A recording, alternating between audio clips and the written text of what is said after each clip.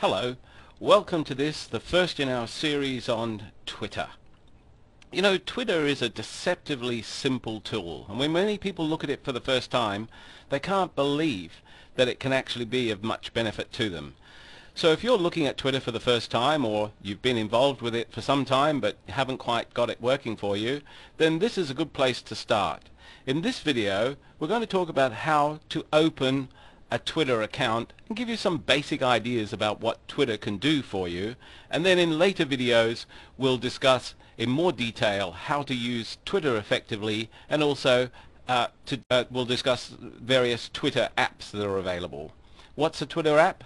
Well, it's something that can make using Twitter much more fun and certainly much more effective, but we'll cover those in another video.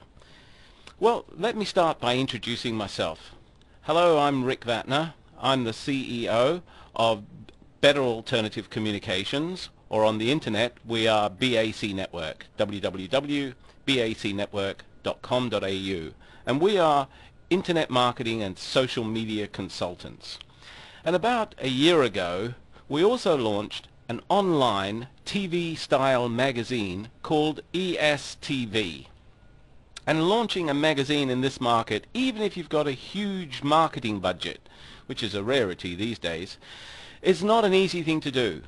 And we have definitely found using social media, and as an important part of that, using Twitter, has been very successful for us. So I'd like to talk you through how you can use Twitter to your benefit. Okay, so let me tell you a little bit about Twitter first. When I first saw it about 2 years ago, I wondered how could a website that limits you to 140 characters possibly be anything else but banal. You know, ordinary, silly, stupid even. And I have to say, when I checked out some of the tweets, which is what they call the microblog post that you put up on Twitter, so when I checked out some of the tweets, well, my worst fears were confirmed. I remember the 5th tweet I ever read said, "I'm going for a crap." And that wasn't exactly the word he used either. I thought, ugh. So I closed it and I didn't open it again for about 6 months.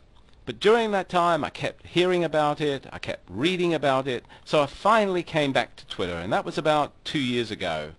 And while there are still some twits on Twitter, excuse the pun, it has come a long way since then.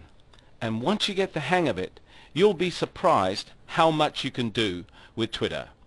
Now, I just put an arrow on the screen so that you can see what a twit or a tweet is, but we'll come back to that again in the near future. The thing about Twitter is that you can use it to just tell people what you're doing at the moment, and a lot of people do, but there are a lot more effective ways to use Twitter, and one of the most effective is to include links in your tweets, and those links will take people to the places that you want them to go. So that could be your blog, your website, it could be your online shop, it will be an article that you saw that you want to tell them about, that you'd like to highlight. It'll be something that you think would be of interest to your readers. So just using the 140 characters to tell people something of interest to them, well, yeah, sure, that may be not as effective as you might think it would be, but if you start using it with links and so on, then in actual fact it only becomes the headline to whatever it is you want to tell them about. But the most important thing with Twitter is actually getting started.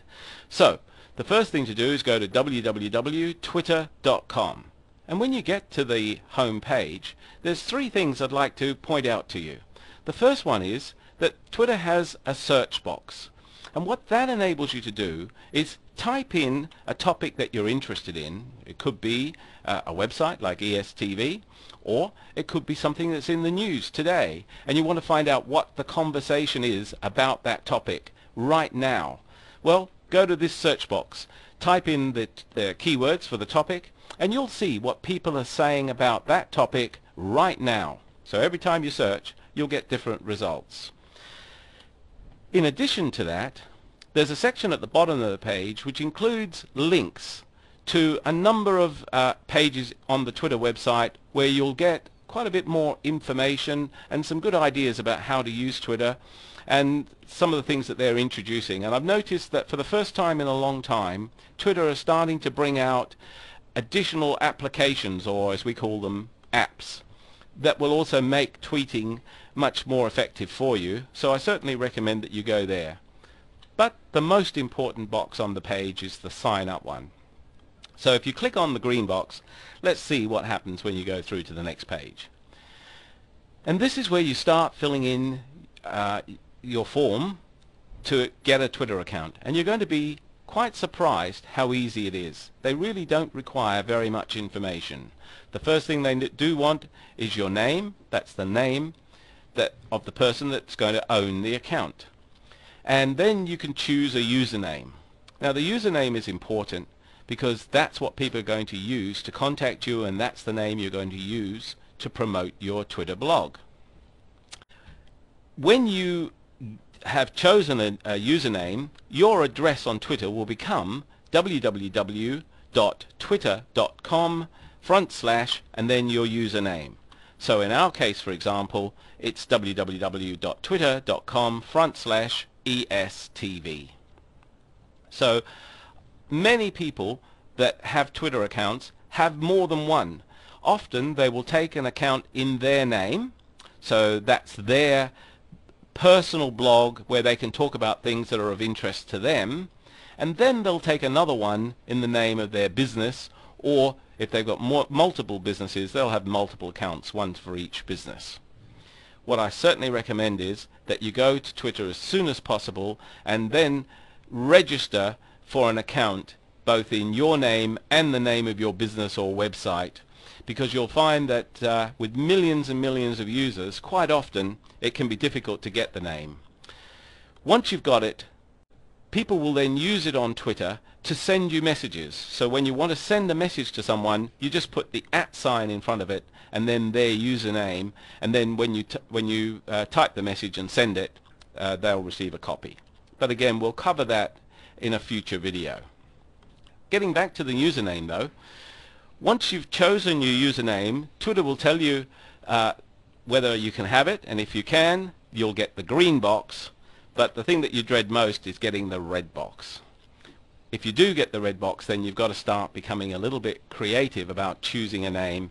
One of my clients found that his business name had been used by quite a few people, and the only way that he could get a username that incorporated his business name was to stick numbers at the end of it.